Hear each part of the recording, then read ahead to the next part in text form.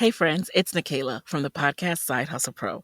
I'm always looking for ways to keep my kids entertained without screens, and the Yoto Mini has been a total lifesaver. My kids are obsessed. Yoto is a screen-free audio player where kids just pop in a card and listen.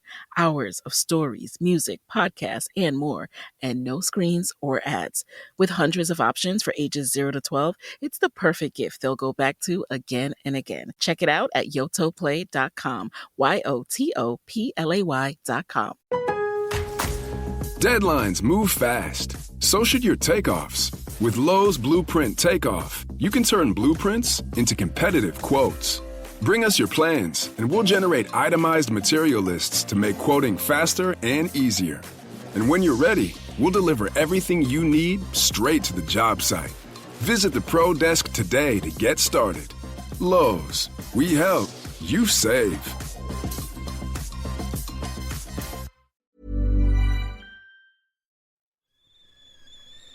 The kettle's boiled, Vic. Great. Perfect timing. Just a dash of milk for me, please, mate. Here you go. Shall we get started then?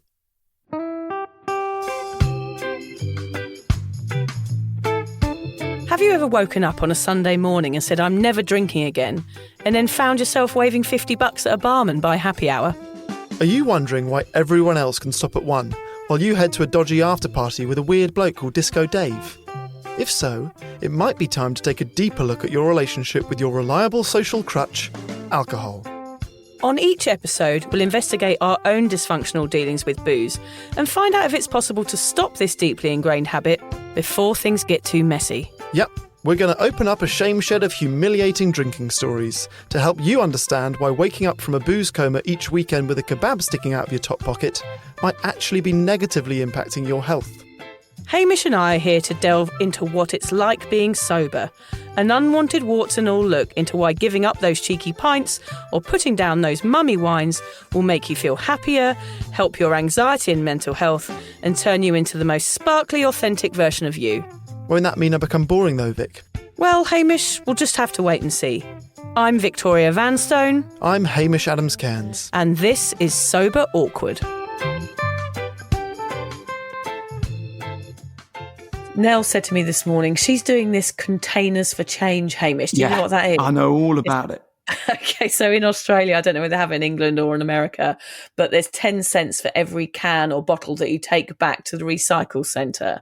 And Nellie's properly into it because she saved the money, which was $70 last week, to get her ears pierced. I said, if she can save the money, she can go and get it done. And she did it in like one full day mission of going with bags down to the neighbour's house and collecting all these bottles. Wait, she got 700 cans and bottles in one day? No, she got 1,000 because she roped in John and she went round asking people and they were like, yeah, we've got loads. And John ended up having a trailer full of 1,300 bottles and cans. It only took her a few hours. It was quite incredible. What? She's quite the entrepreneur. Yeah, it was brilliant. So we then had a trailer of empty booze cans in our driveway. Yes, it's a good look for the brand. It's a good look for the brand. I hope someone snapped it. And we're going to see Daily Mail, Vicky Vanstone, fraud. It was so out of character for us to have this in our driveway for a week. And I can imagine there were people walking past, our neighbours, probably thinking, oh my God, she's relapsed massively. In a serious way, 1,000 bottle relapse. In a week. And then Nellie said this morning, she said, Mum, I don't really want to take them to the recycle centre. They're going to think we're alcoholics. She's only 9, so it was very funny. She made me laugh. She actually cheered me up, Hamish, because I was in a bit of a mood yesterday. And it's got to a point with social media where yesterday I deleted all of it from my phone and I'm not putting any of it back on. Oh. And it was very, very satisfying. Good. Well done. Yes. I realised it's making me anxious every morning and that I'm picking it up instead of looking at reading books and doing all the things I actually enjoy. And I realised it was making me feel a little bit depressed, which is quite full on, just social media. And I realised I've been searching for dopamine hits in different ways. And I was using sitting looking at reels when I'm on the toilet and when I go to bed and all this stupid, ridiculous behaviour, which is very enticing, especially for someone like me with past addiction issues. And it got to a came to a head yesterday where I realised that it was affecting my mood, which is what we're going to be talking a little bit about today. Not so much with social media, but with alcohol and depression. So depression can come in all different forms, as we all know. And, social media is one way of our moods being tapped at. And for me, I thought, oh my God, I am getting a bit addicted to this and it's causing me to feel like shit and I need to stop. Nice. So you're going cold turkey, or are you putting in a plan of when you can and can't do it? How are you going to play it? Well, I want to be able to share what we do, Hamish. I love doing the podcast and I love writing. So I'm just going to slim everything down to the things that I really enjoy. And I'm going to schedule all of my posts for social media from now on, which means I'm going to have a day, perhaps once a month, where I schedule everything. It'll still be authentic. It will still be me, but it taking over is getting in the way of me living my life as a normal human being. And my need to put stuff out there for people all the time to help people is affecting my mental health. And I've realized that now. And it's a really good place to be, actually. So, with me, Hamish, I have to get to these points, don't I? For me to be able to make the right changes for myself. And it's the same for everybody. It sort of has to go bad to get good for me. And this means that I will make the changes that I need to make. Oh, well done for recognising it. Good job. Yes, it's actually good. It took some tears into my keto salad yesterday. Okay, humble brag about keto salad. That's the real message here. That was all just foreplay for the main statement, which is that Vic now eats keto salads. Yeah. I was crying into it, probably partly because I was depressed about social media and partly because it was a salad. Because it tasted like a keto salad. Yeah, but it's all good. Yeah, so we're going to talk a little bit about depression today, hey, Hame. So trigger warning for anybody. We're going to talk about our experiences and why people feel it when they've been drinking. Yeah, bring it on. This is off-brand, given a depression episode, but I thought I would reflect how I'm currently feeling, which is that yesterday I had a particularly good day that was, how people say you're only as happy as your least happy child? What we've discovered is basically we are only as happy as Sonny. Sonny is in charge of the team happiness. If he is good on a day off, we are all good. If he is bad, we are awful. Yesterday was a good day for him, and it just changed the whole energy of the house. So we're still sort of flying high off the fact that we had one good day. Don't get me wrong, It was off the back of, 98 bad days. Yeah. But we are relishing the one good day, trying to enjoy it for as long as we can. Lots of things can affect our moods, can't they? It's interesting. Like, it's not always coming from us. There's other outside factors that can make us feel like shit. And whether that's like menopause or a shit day with the kids or somebody dying in the family, there's all sorts of factors that can affect the way that we live our lives. And sometimes that can be out of our control, unfortunately. Of course. Well, let's talk about alcohol, because we often hear it being called a depressant, even when we were big booze bags and that depression was a possible side effect of our wily ways. But nobody says, right then, we better avoid that depressant thing. We just order another round, hoping to sidestep this fairly important downside. Yeah, the science says that booze will make us sad, but we still treat it like the magic elixir of happiness. People know booze is chemically designed to make them miserable the next day, yet still happily order it saying, make it a double while you're at it. The possibility of being in a better mood now seems to cancel out the risk of feeling like shit tomorrow and probably for the rest of the week. So we drink it to get cheerful, to loosen up, to make life feel lighter. But the next day, the cheer is gone, replaced by an existential crisis and the fear over telling that grumpy doorman last night that he should get a proper job. The shame. Let's just say I've never returned to Inferno's on Clapham High Street. Oh my God. To be fair, shit club. I'm happy to say on record, that place is a bit of a shit club. Telling a bouncer that he should get a proper job is extremely embarrassing. I remember going to a club with a mate once and he was really drunk and he got right chest to chest with the bouncer and said, "Do you know who I am?" Oh no. Oh no. He was just an 18-year-old kid, like hammered out of his brain. Do you know, to this massive, like really scary looking bouncer? I'm a prefect. I'm a prefect at school, so treat me with some respect. I'm head boy. I'm vice captain of the netball team, so... Oh, gosh, waking up from those nightclub bouncer conversations when you're off your head on coke and absinthe is not a good look, is it, Hamish? No. Very cringy the next day. Anyway, for some, that come down or hangover lasts for days. For others, it kicks off weeks, months, or even years of depression. And the tricky part is we're not often sure which came first. Did we drink to mask depression, or did drinking create the monster itself? That's it. That's the main point, really. We've all heard the phrase alcohol is a depressant. Do we actually know what that means? What we're going to do is we're going to take a quick moment here to explain a common mistake. So alcohol does not necessarily cause depression just because it is a depressant. A depressant is a short-term pharmacological action, whereas depression is obviously a longer-term mental health condition. In pharmacology, the depressant is a substance that slows down the central nervous system. As you'll hear a little later, it enhances the effects of a neurotransmitter called GABA, which we're always talking about in this podcast, which reduces brain activity and leads to the reduced inhibitions, slurred speech, and rubbish coordination and drowsiness that we often feel. Okay, that more short-term feeling. Exactly. Yeah. So it sort of slows you down like a robot. The depressant effect only lasts for as long as you are drunk. Depression, on the other hand, is a much bigger problem.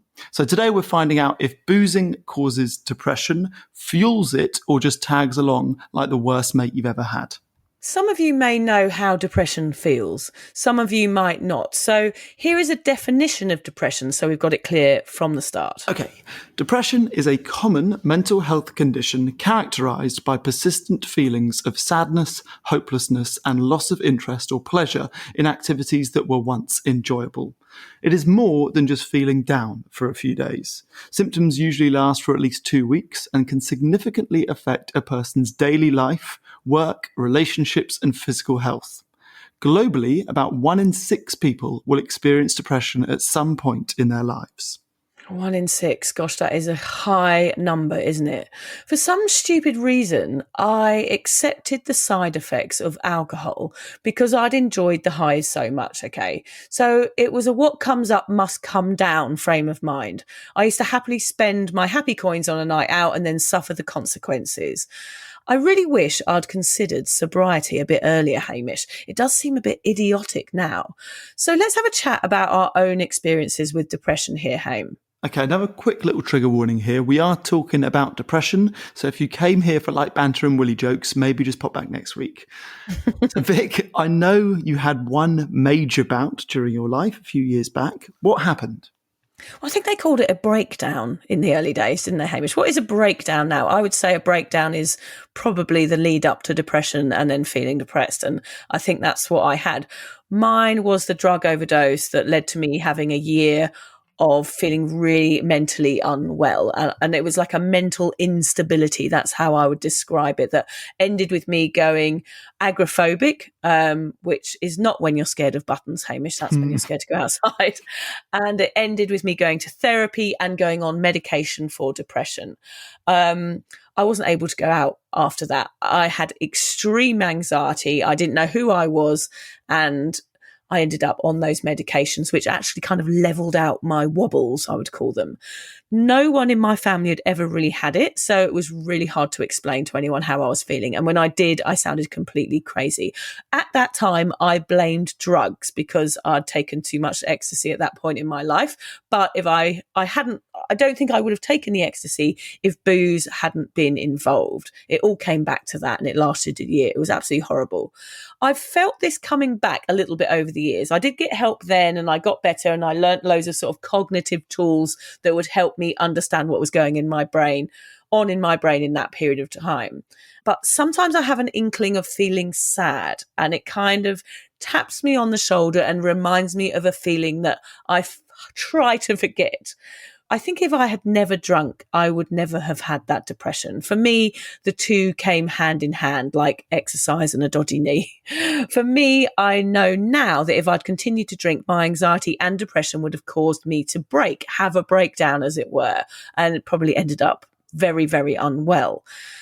I had a nudge of it again when my son Freddie nearly died, and I went straight back to therapy and actually had them on speed dial by then. So I know my feelings now. And actually that depression I originally had has probably caused me to be scared of it now, which almost causes me to feel it, which is a strange kind of vicious circle that you can get yourself into.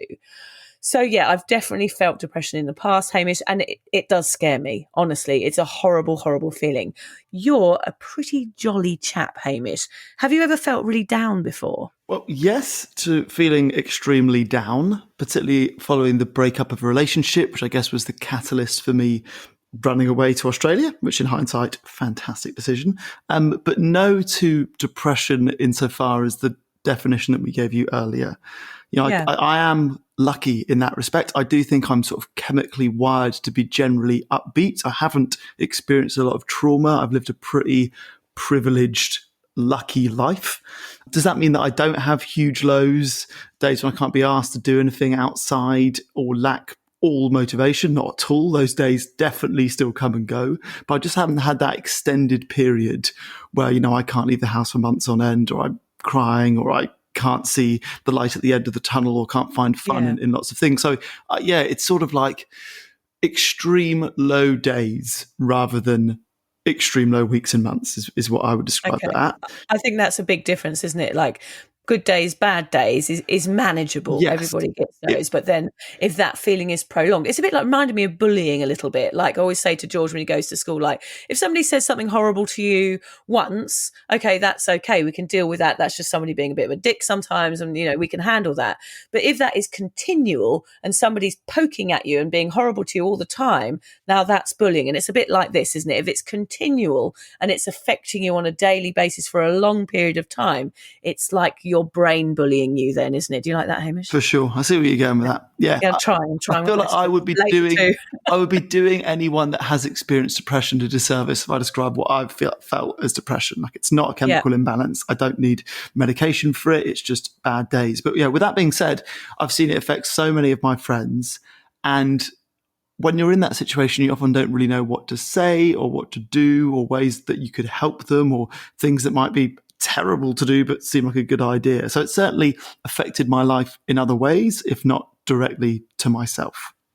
Yeah, it's funny you say that, because I bumped into somebody that I know who suffers from depression recently, and I actually walked away from our conversation feeling like a bit of a twat, because I'd said to them, why don't you go for a walk? Why don't you do this? Why don't you try this? Try writing it down.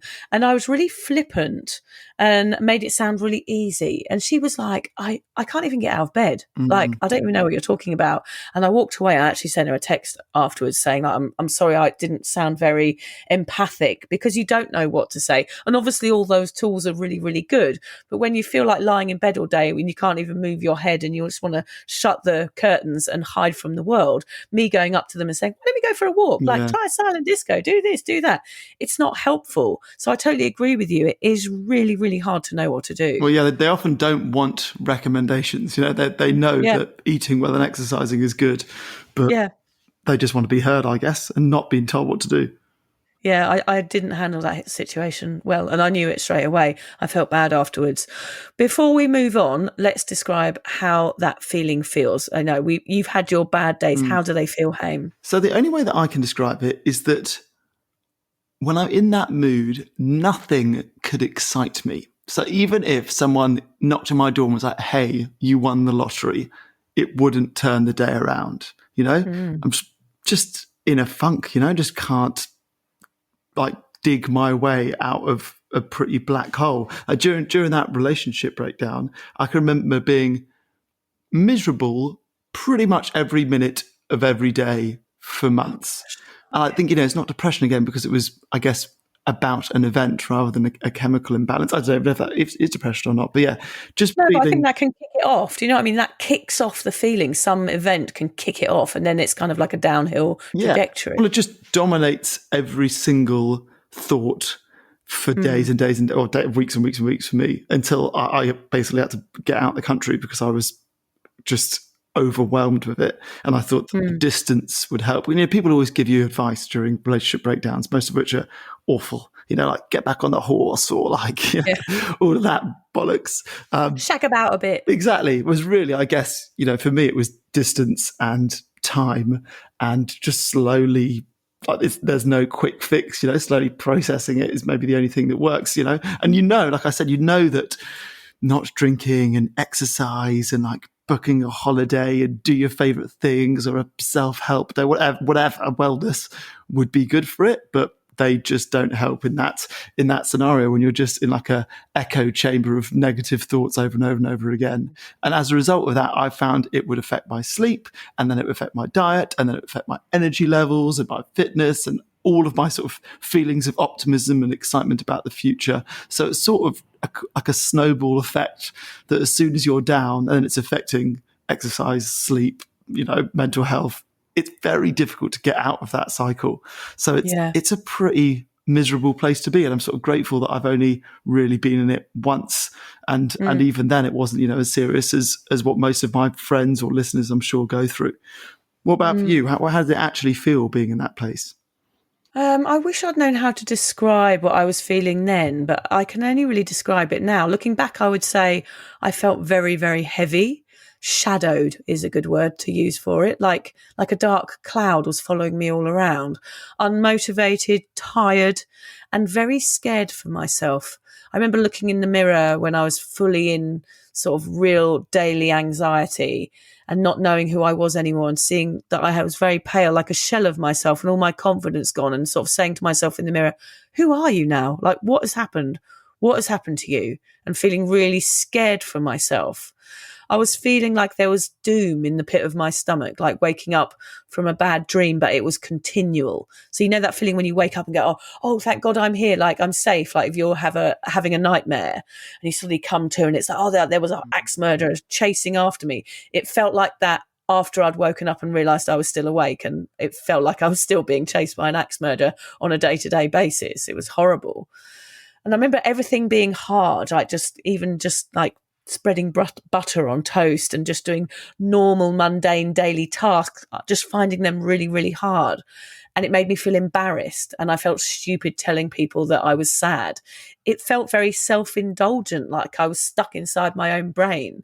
And I was jealous of people getting on with their normal lives, like just seeing people get up and brush their teeth and go to work. I was like, oh my God, how are you doing that? It was a mix of lots of horrible feelings, like I was going mad. Definitely felt like a chemical imbalance in my brain that I couldn't get it to equalize, if you know what I mean.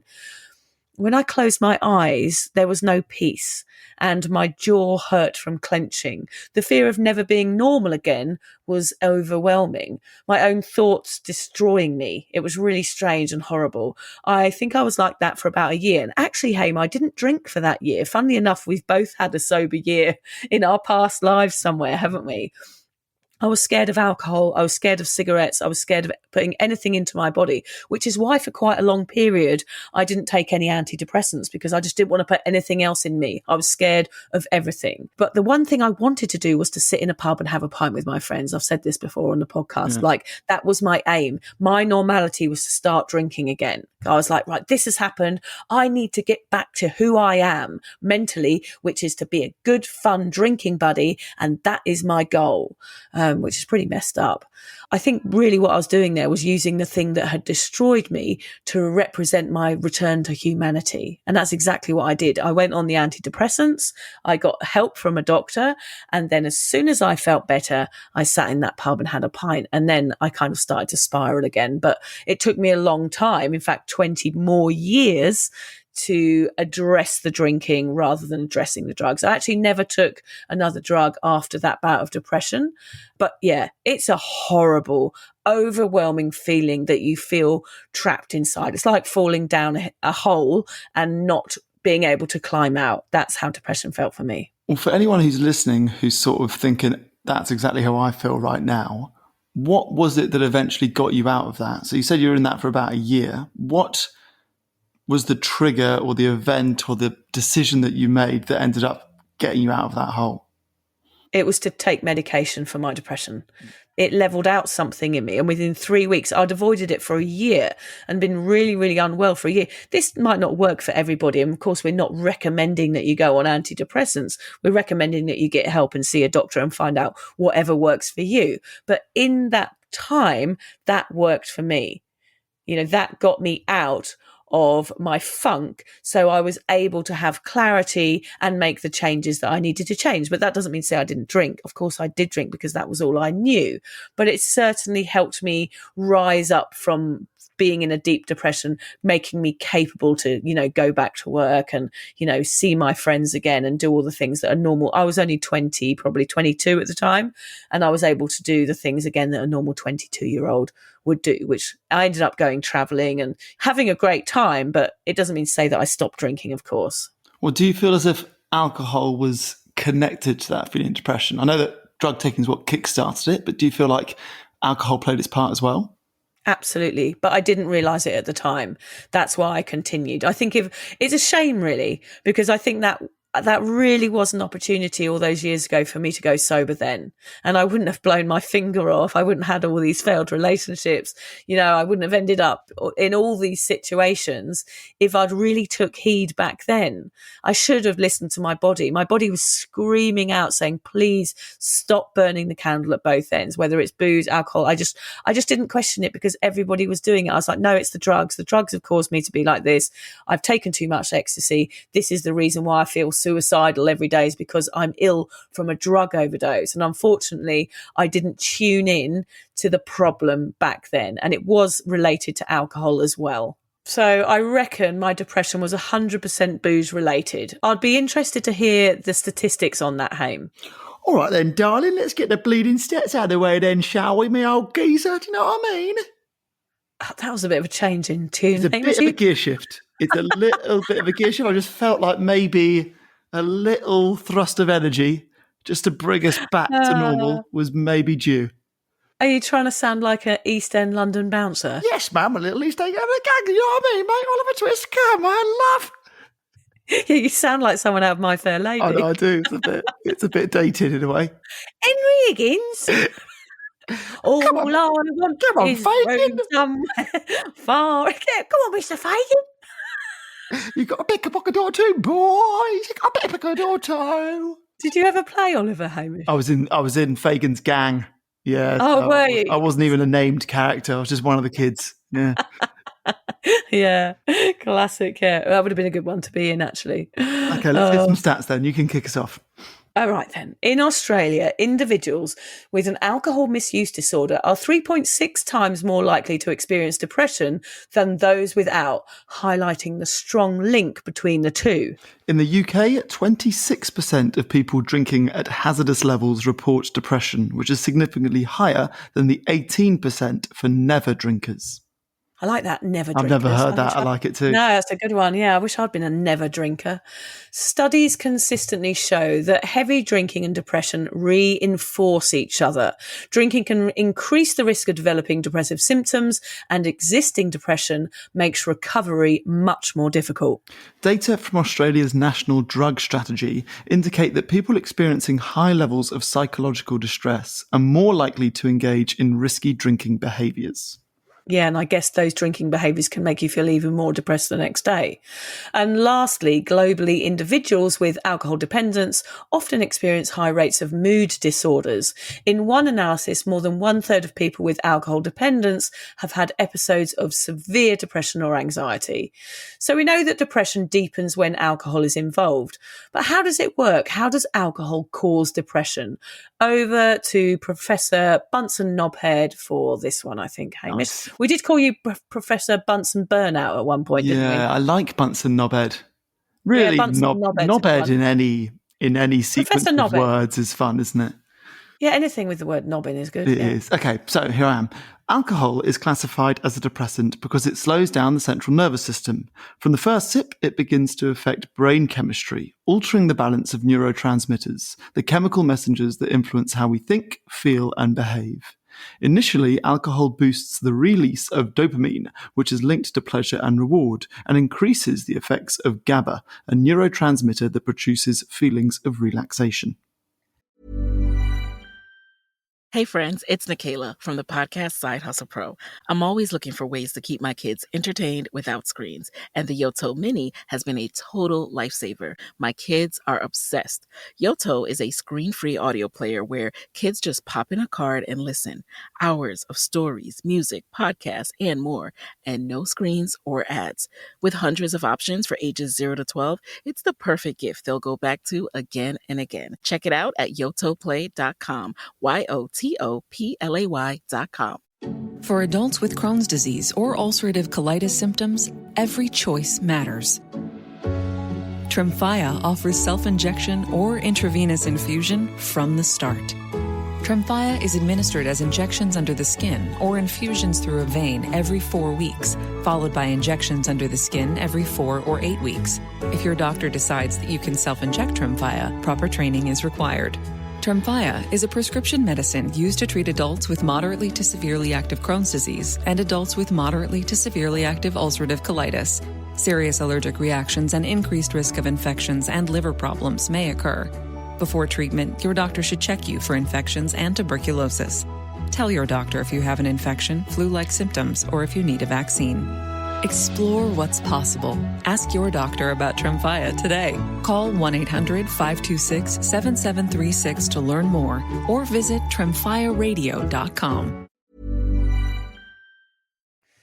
I think this is why that first drink can feel like a stress reliever, like a mood booster. Exactly. You're kind of excited about it and it makes you feel good because already in your brain, you're releasing that dopamine. So even before you've had that sip, and then it's like you've kind of allowed yourself to feel good, whether that's mentally or because the alcohol in your system. So therefore it's like a reward, isn't it? It's like, oh my God, right, I've got this now. This is my answer to feel better. So we relate alcohol with us feeling good. And then the next day we're going to relate it to us feeling bad, aren't we? I know. Funny enough, James Acaster does a bit about this, how like tipsy is the greatest feeling. Sadly, tipsy does not last for very long. Like tipsy. Everyone's had a good time tipsy, but tipsy is like a fleeting moment in a drinking session. Yeah, tipsy is short-lived. And if you ever see someone tipsy, I never go, oh, look, they're tipsy. They're probably going to stop drinking now. If you see someone tipsy, you know that in an hour, they are going to have gone over the edge probably a bit too early on in the night and be a total mess, blotchy, red, falling over and, puking on the dance floor. So yeah, tipsy, it sounds very sort of whimsical and cozy, doesn't it, to be tipsy? But then where does tipsy lead? Tipsy might lead that person to feeling highly depressed the next day. Exactly. So that stress relieving feeling, that mood booster, that tipsiness is temporary. And as the alcohol wears off, the brain responds by reducing dopamine activity and increasing glutamate, a chemical that heightens anxiety and irritability. So I was right about that chemical imbalance there. Once the buzz fades, your brain is left all wobbly woo. This is why many people experience a come down after drinking. For some, especially those prone to depression or with existing mental health challenges, this feeling can be more than just a passing slump. It can trigger or deepen a depressive episode. Yep, alcohol also disrupts sleep quality, decreases REM cycles, and affects the body's ability to regulate mood, making it harder to recover emotionally from a big drinking session. Oh gosh, that's so true. Did you ever watch like a sad movie when you were hungover? Yeah, but I quite enjoyed it. I was like, I think I've told you about this. Like, in the middle of a drinking session, I would fantasize about the following day being like a curtains closed, snacks aplenty film session of a day. And it would be like a thriller or a horror or a saddie or a rom-com. And I'd be like, this is going to be great. And sometimes it was great, but sometimes I woke up thrown up and I was like, I can't lie down watching TV. Yeah. Like I just need to be in a dark room all day. But yeah, I sort of liked the saddies the next day. Did you have floods of tears? Is that why you're prompting this? I mean, I just was so ill the next day that like I couldn't take on anything. Like we used to order pizza. Remember, I used to wait till I could have a cigarette. Like I used to wait till 5 p.m. Like that was the signal that I was feeling better, that I could smoke my first cigarette. It's absolutely disgusting. But I think occasionally I used to watch telly. I couldn't take on too much. I certainly wouldn't have taken on a horror film because my nervous system was already completely dysregulated. So anything worse. But I used to watch kind of dog movies or things like that. Lassie. Yeah. I think that's about all I could handle. Or if a dog died, sort of Disney level. Yeah, Sesame Street was something I used to watch when I was on a come down. For some reason, it was always on at like 11:15 on a Sunday morning, and I'd be like sitting there watching Big Bird. For me, come downs would be Galaxies. Like outer space documentaries. Oh, I wouldn't even have to watch it with the volume on, just sort of no wonder you were depressed. just No sort of wonder we got monging depressed. out to stars and Yeah. planets was a pretty Yeah. happy place for me. Yeah, that's funny. I mean, I can see why drinking and then hangovers can cause this like vicious cycle. So you start off by like drinking to escape a low mood, followed by deeper low when the effects wear off. I guess it becomes hard to untangle which came first, the drinking or the low mood. And that's where people get stuck. I remember thinking, I just want to dampen the anxiety just for a moment, a second of reprieve from my own brain. And that was kind of a cycle that I got into because I wanted to drink away the anxiety when I was feeling really anxious, when I was hungover. And that's what I did sometimes. I went to the pub on a Sunday night because I was like, I will do anything to get rid of this feeling. And that probably prolonged my anxiety and of course caused me to have depression in the first place. I mean, I can see why this drinking to perk up a little bit is very tempting. Yet it's also very, very dangerous. Basically, if you are drinking to fix depression, you're poking the bear, masking the cause and making it harder to heal. That's exactly what I did. Have you ever drank to make yourself feel better, Hamish? Hamey. Oh, Hamy. Oh, this is funny, me calling you Hamy, because we just got an email asking us if we will go on a couples podcast, Hamish. Yes. I would say for anyone listening that books podcast guests, but clearly the people that book podcast guests are never the ones listening. No. A, we are not a couple. B, please stop asking us to have guests on that we've already had on. Come on. And stop using AI for your emails. It's so clear. When they go, dear sober awkward, instead of like, dear Hame or dear Vic, I'm like, come on. And then there's a list of, this is why this guest would be really good on your podcast. Yeah. And it's like, well, these like AI tips as to why we are going to like them, even though we've never heard from them. Often not even about sobriety. You get those ones. Yeah. Never about sobriety. It's like, why would we have someone that sells vegetables in Argentina on the podcast? It's just not something we're interested in. Oh, although, good stuff. Yeah, I did go out with an Argentinian who had quite a big carrot. The less said about that, the better, Hamish. I mean, it was more like an aubergine, quite honestly. Anyway, it's funny because it's true. Yeah, I don't know how we got there. Have you ever drunk to make you feel better? Have you ever gone out with a guy with a huge carrot? No, I haven't. Have I ever drunk to feel better? Well, yeah, of course. I mean, everyone that's ever drunk has drunk to feel better, surely. Yeah. I think that's really what alcohol boils down to. It's pretty simple. We've done hundreds of podcast episodes, but when you really think about it, humans drink alcohol to change the way we're feeling. Right? If you don't like the way you feel or sit in your skin, drinking alcohol changes that. So yes, of course, I've drunk when I'm happy or excited, but I've drunk just as many times when I'm bored or stressed or sad or frustrated. And like you said, it can cheer you up, but only temporarily, that tipsy stage. So if you get sober, this is the big question that people are waiting for. If you get sober, does your depression disappear? It's a good question, Hamish. Well, yes and no. I think it really depends on the person. Sobriety can make a huge difference to depression because it removes a major chemical disruptor from your system. When you stop drinking, your brain is no longer riding the constant roller coaster of alcohol-induced highs and lows. I just wanted to add there, Hamish, what you're saying about people drinking to feel better. Isn't it funny, like the language we use when someone's sad? Like I used to say, if anyone was sad around me, any of my mates were sad, anyone was having a bad day, it was like, we'll go to the pub later. Why don't we have a drink to cheer us up? Why don't we, pump up this mood? We'll have a few drinks.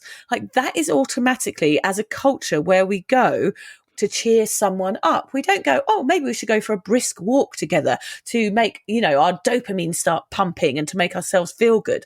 We go, let's go to the pub. In fact, we go, if we were to really take this down to the basics, what we're saying to our friends and family and anyone who feels sad in those moments when we used to drink, why don't we go to the pub to make you feel better? What we're saying is, why don't we cure your depression with a depressant? And that's what it is. And that's what we're doing as a culture. We're normalizing taking a depressant to heal ourselves. And that's what's fucked up about it. Sorry, I just had to add that in there. That's fine. And also, I think what we're doing is slightly missing the point, because I think if someone's feeling depressed, going to the pub, as in taking them out of their environment for a chat, is a good Yes. idea. You can do Great that. idea. Try and do it Yeah. without the alcohol. Probably Yeah. will work just as well, if not better. Yeah, totally agree with you. Because it's a funny old trap that we're sort of brought up in to think that it's the answer. Alcohol is the answer to any of life's problems. And of course, it's a really stupid answer. It's shitty, and it will make you feel even more shitty. Yeah. There you go. There you go. There's a t-shirt Put that on there. a sticker. It's shitty and make you feel even more shitty. Yep. Always stuns me that you are a multi-book writing author. Yeah. Shitty witty woo woo. And we also talk about the removal of the hangover guilt and the endless loop of shame, regret, and self-criticism that can come after drinking. Without that mental baggage, your self-esteem can start to rebuild. Many people also find they have more energy, motivation, mental clarity in their sobriety, which makes it easier to take up activities that actively boost mood, like exercise. How many of our listeners get sober and take up walking or running? They're rolling their eyes at us right now. Oh, yeah, go for a bloody walk, will you? Oh, yeah, there's more people nodding along going, oh my God, yes, now I'm like a frenetic walker, or creative hobbies, or more social connection, or just getting outdoors more. Yeah, for some, depression lifts dramatically in sobriety. I remember Lucy, who we used to do the podcast with, she stopped taking her medication. I don't recommend doing that. You have to talk to a doctor. But I remember she did stop taking her depression medication after she got sober. But I think alcohol is the main fuel for it sometimes. For others, it may still linger. But without alcohol in the mix, it is easier to treat and manage, whether through therapy, lifestyle changes, or medication. Essentially, sobriety clears the fog, making it easier to see what's really going on and to take those really important steps that are going to heal you. So up next, we're going to hear what our cuppa members said about alcohol and depression. We put a question out there asking if their depression had stopped or lessened in sobriety, and we've had some incredible responses. Yeah. Tracy said she thought alcohol made her depression 100% worse. Mrs. Me said, I definitely self-medicated with alcohol, which only added fuel to the fire of depression and anxiety. Joe said, I remember a point when I was sitting on my couch drunk, head in hands, crying and contemplating the reason for living. It was a dark moment. Everything felt pointless. It's scary to think how many lives were lost to irrational thoughts due to alcohol influences. So what he's saying there, he felt depressed because of the alcohol that was in his body. He said, I totally resonate with that. I knew my thoughts were irrational, but I could not stop them. Alcohol really messes with reality sometimes. Jen said, definitely experienced both depression and anxiety because of alcohol. Both literally disappeared after 2 to 3 weeks of sobriety. It got pretty bad at some point, including suicidal thoughts. Yeah. I think it's important on Sober Awkward to tell the whole story and make everyone aware that sobriety won't heal everything. It takes time. Our friend and super cuppa member Jack wrote a really touching response to that question too, which he was happy for me to share in this episode.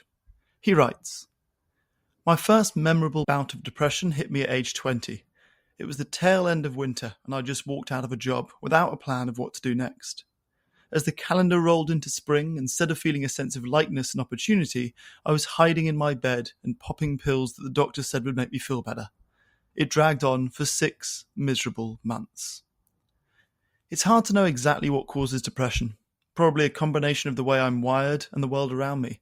A generous serving of trauma and some issues around self-worth, perhaps.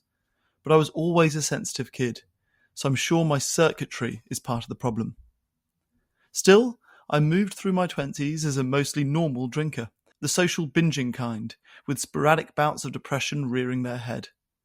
There didn't seem to be any rhyme or reason for their arrival, although, in retrospect, drinking probably wasn't helping. There were plenty of mornings of shame, anxiety, and regret, but it would have never occurred to me that drinking was having an impact on my mental health. It just seemed that depression came and went like the weather, like being in a storm where you can only sit tight and hope for it to pass. It was around the COVID lockdown period of 2020-2021 that my drinking really moved from recreational to coping mechanism.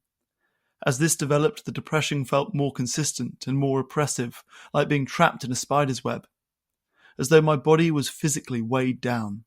But my captor was also my saviour, and I was genuinely delighted each day to reach an appropriate time to start drinking again. This cycle got blurrier and unhappier into 2022. My disordered drinking tricked me into thinking it was a support system during several really challenging life events. A truly shitty time. With hindsight, I know now that it was doing me no favours, and thankfully I managed to find freedom in early 2023. Here's the twist in this redemption tale though. Being brutally honest, these days, at 2.5 years sober, I probably get depressed more frequently than ever. I know, not a glowing advert for sobriety. But it's different. I'm more accepting of who I am and that my moods shift in ways that are outside my control. When that happens, I'm able to recognise my emotional state and when I need to nurture myself. I know that self-care might mean going for a run or journaling or meditating or yoga or ice cream or any other number of things which actually make me feel better instead of the false allure of ethanol. The old me would have dismissed all that as woo-woo bullshit, but a huge part of the sober experience is getting to know yourself and being your own cheerleader. I have that now, so when depression creeps in around the edges, its visits are shorter and less intense. Now when the storm rolls in, it's about taking shelter instead of wallowing helplessly as the water rises around me. Things aren't perfect, but they're better. They're real, and I'm no longer actively fueling the fire by necking gin every afternoon. I know forever is a bold declaration for some, but I feel a sense of power when I say that I will never drink again. It has nothing to offer me anymore. Thank you for letting me share that, Jack. Well, thanks, Jack. As you heard from Jack, sobriety will not swoop in like some magical mental health fairy and make your depression vanish with a puff of glitter. I wish it did. I would be the first one queuing up for that sparkly miracle. But what it will do is stop you throwing petrol on that bonfire. Alcohol is a depressant, so quitting it is like removing the anvil you have been strapping to your own back every weekend. But here's the thing. Once you put down the glass, you still have to deal with whatever it was you were drinking for. The anxiety, the trauma, the dodgy coping mechanisms. They might all still be there.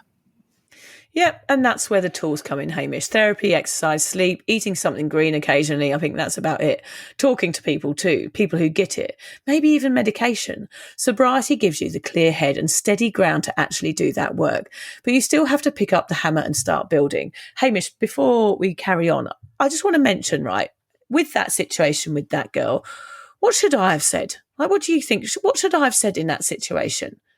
Okay, so this is the way that I now approach those situations. And it's the same with like heartbreak, which I guess the one thing that I have experienced of, or grief, which is I say, literally verbatim, I know there is not much that I can say or do to make you feel better in this moment, but know that I have been there too, and I know how bad it can be.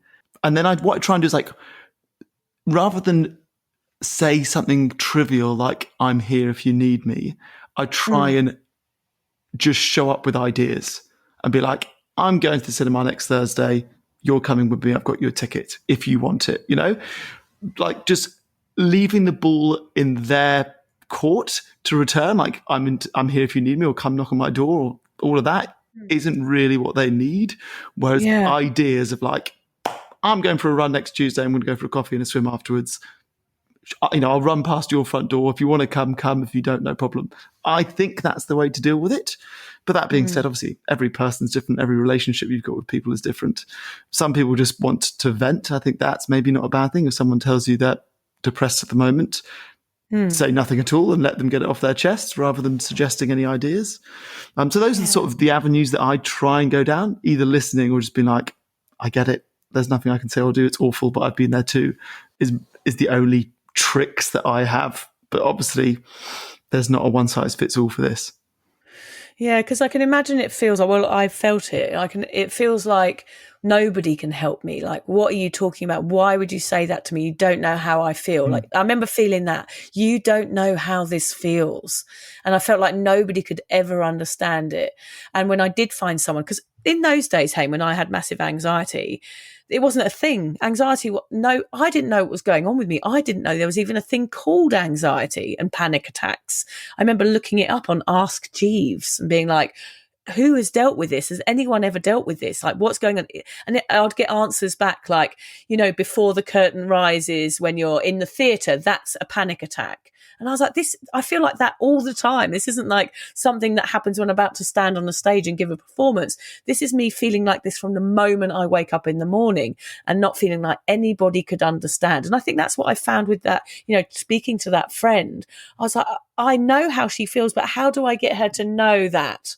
And how do I help someone that is in such a low mood? Like, how can you pick them up? Because my instinct with people like that is to help them, and I don't really know what the right thing to do is. I know with sobriety, like if someone says, I need to get sober, what do I do? I'm like, yeah, do this, this, this, and this.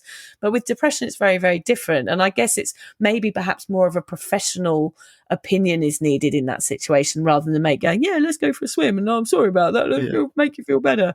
Or medication again. Yeah, it's really hard, isn't it? It's really, really hard. Really hard. I had actually a phone call with a friend about 2-3 months ago when they called me in like the darkest place that you can be in.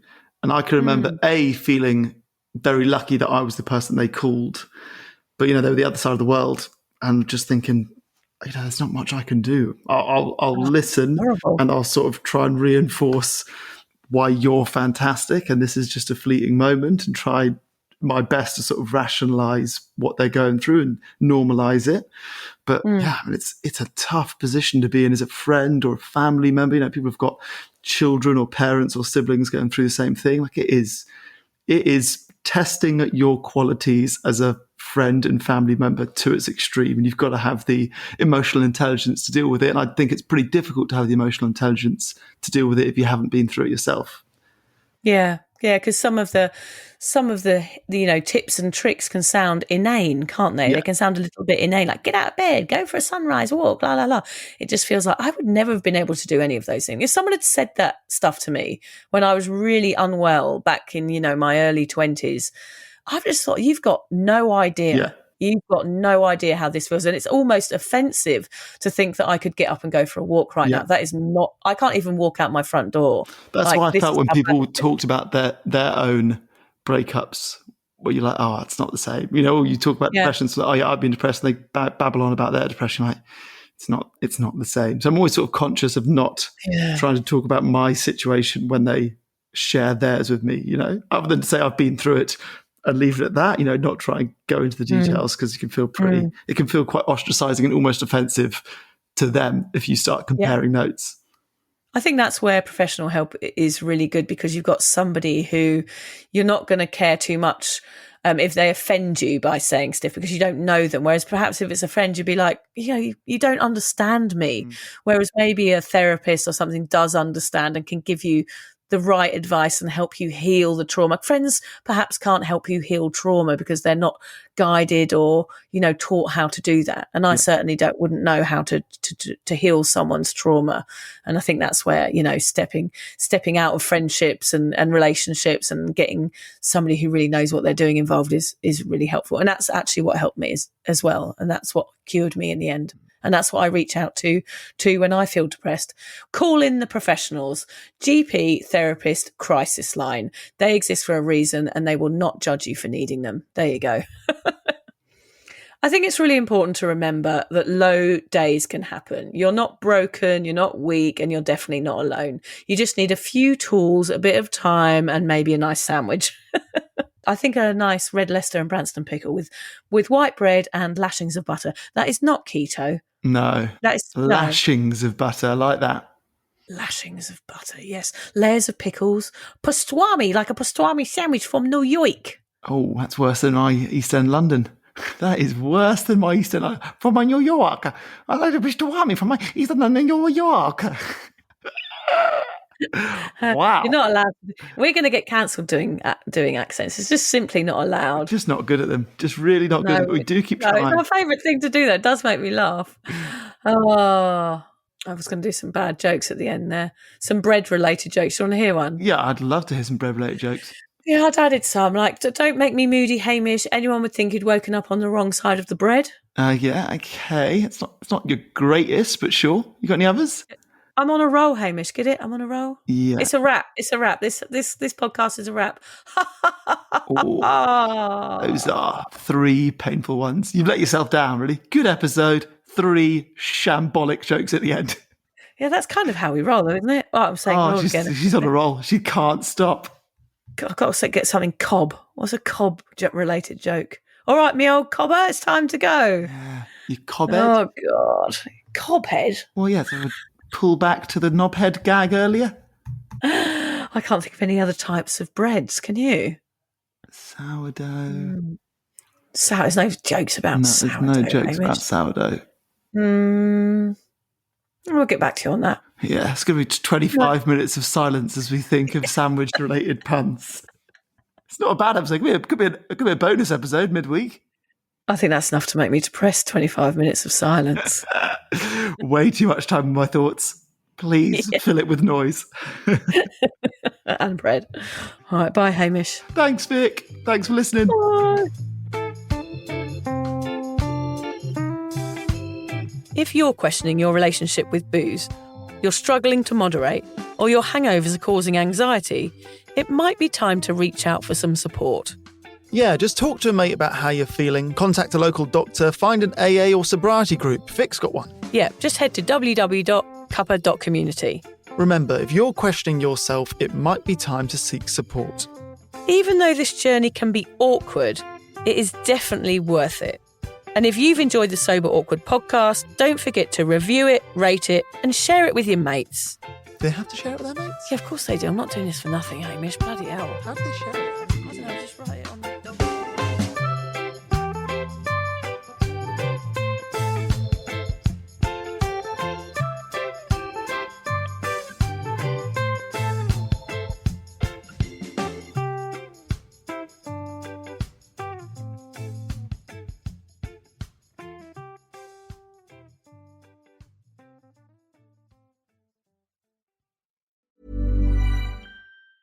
Hey friends, it's Nikayla from the podcast Side Hustle Pro. I'm always looking for ways to keep my kids entertained without screens, and the Yoto Mini has been a total lifesaver. My kids are obsessed. Yoto is a screen-free audio player where kids just pop in a card and listen. Hours of stories, music, podcasts, and more, and no screens or ads. With hundreds of options for ages 0 to 12, it's the perfect gift they'll go back to again and again. Check it out at yotoplay.com. YOTOPLAY.com. For adults with Crohn's disease or ulcerative colitis symptoms, every choice matters. Tremfya offers self-injection or intravenous infusion from the start. Tremfya is administered as injections under the skin or infusions through a vein every 4 weeks, followed by injections under the skin every 4 or 8 weeks. If your doctor decides that you can self-inject Tremfya, proper training is required. Tremfya is a prescription medicine used to treat adults with moderately to severely active Crohn's disease and adults with moderately to severely active ulcerative colitis. Serious allergic reactions and increased risk of infections and liver problems may occur. Before treatment, your doctor should check you for infections and tuberculosis. Tell your doctor if you have an infection, flu-like symptoms, or if you need a vaccine. Explore what's possible. Ask your doctor about Tremfya today. Call 1-800-526-7736 to learn more or visit tremfyaradio.com. Acast powers the world's best podcasts. Here's a show that we recommend. Hi, it's Jamie Morton from comedy podcast My Dad Wrote a Porno. We're celebrating 10 years of our show this month by releasing remastered versions of our very first season. They were recorded around the kitchen table, so they need a little fluffing. If you've never heard of us before, my dad basically wrote the world's worst erotic novel, and I read it chapter by chapter with my best mates, and it's hilarious. So with a beautifully remastered season 1, it's never been a better time to listen to Belinda and her escapades from the very beginning. You can listen to My Dad Wrote a Porno wherever you get your podcasts. Acast helps creators launch, grow, and monetize their podcasts everywhere. Acast.com.